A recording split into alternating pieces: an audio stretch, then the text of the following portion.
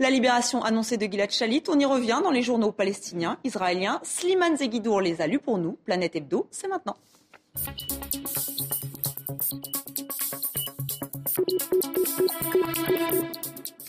Slimane Zeguidour qui est avec nous. Bonjour, rebonjour Slimane. Alors, on vous retrouvera tous les vendredis à la même heure pour une revue de presse internationale. Et on commence donc avec cette libération annoncée de Gilad Shalit. Oui, j'ai retenu 3 journaux. Un journal israélien pro-gouvernemental, un journal arabe israélien et un journal palestinien. Alors, c'est le journal Israël Hayom qui titre « Mardi à la maison ». C'est-à-dire, c'est un journal donc, qui se félicite de cette libération. Comme c'est un journal pro-gouvernemental, il ne donne pas beaucoup la parole à ceux qui sont réticents vis-à-vis de cet accord. Donc, c'est la fête pour les amis, les proches, les comités de soutien. Bref, il faut dire qu'en Israël, cette cause de Gilad Shalit est devenue une cause nationale. Donc, ne gâchons pas la fête et attendons Gilad Shalit pour mardi.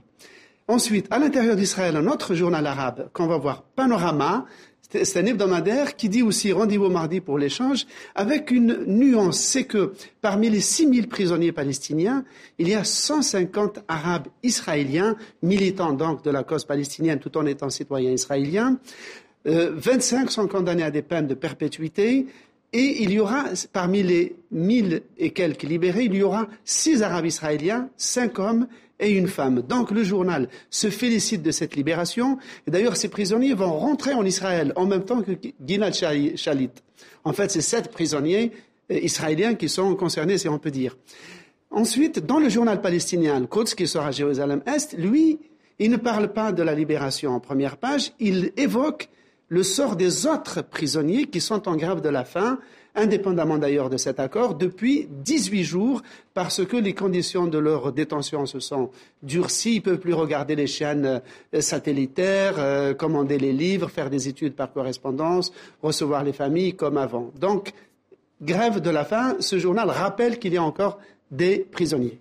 Alors, un complot maintenant qui a fait les gros titres cette semaine. L'Iran aurait tenté de tuer l'ambassadeur saoudien à Washington. Oui, et la une de Sharq al-Awsat, qui est un journal saoudien paraissant à Londres, donne déjà à cette affaire le nom d'un Lockerbie iranien. Vous vous rappelez Lockerbie, c'est cet attentat contre un avion américain qui s'est écrasé en Irlande avec des dizaines de morts et qui a fait que Kadhafi a été mis sur les bancs de la communauté internationale. Donc le journal évoque déjà un scandale énorme et dit que Obama hausse le ton et rappelle que l'Union européenne est appelée à la rescousse pour renforcer les sanctions contre l'Iran et éventuellement appeler à une mise au banc complet de l'Iran, de la communauté internationale. Donc on verra s'il y aura des représailles ou pas. Et on termine avec une date anniversaire, une triste date anniversaire, celle du 17 octobre 1961. Des centaines d'Algériens avaient été tués par des policiers français qui les avaient poussés dans la Seine.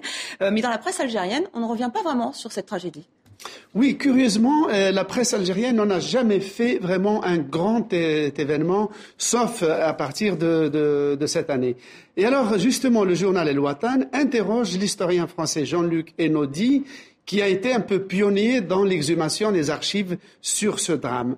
Et l'historien, d'abord, nous raconte que les témoins qu'il a rencontrés, qui sont toujours vivants, les rescapés, on parle toujours avec une très grande émotion, ils ont été traumatisés, mais il explique pourquoi le régime algérien a attendu 1991, soit 30 ans après le drame, pour commémorer officiellement ce drame. Eh bien, c'est pour des questions de lutte de faction à l'intérieur du FLN. Pour résumer, le groupe du FLN qui dirigeait la communauté algérienne en France s'appelait Fédération de France. Quand il y a eu l'indépendance en 1962, eh bien, cette Fédération de France, c'est-à-dire le FLN en exil, avait choisi de soutenir les adversaires de Ben Bella et de Boumedienne, lequel Boumedienne prendra le pouvoir en 1965. Eh bien, ce Boumedienne ne voulait pas saisir l'occasion de rappeler l'existence de cette Fédération de France, quitte à occulter cet événement dramatique pendant presque 30 ans. Alors merci Slimane, on pourra revoir votre chronique sur notre site internet tv5monde.com et on vous retrouve la semaine prochaine. Semaine prochaine. Merci Slimane.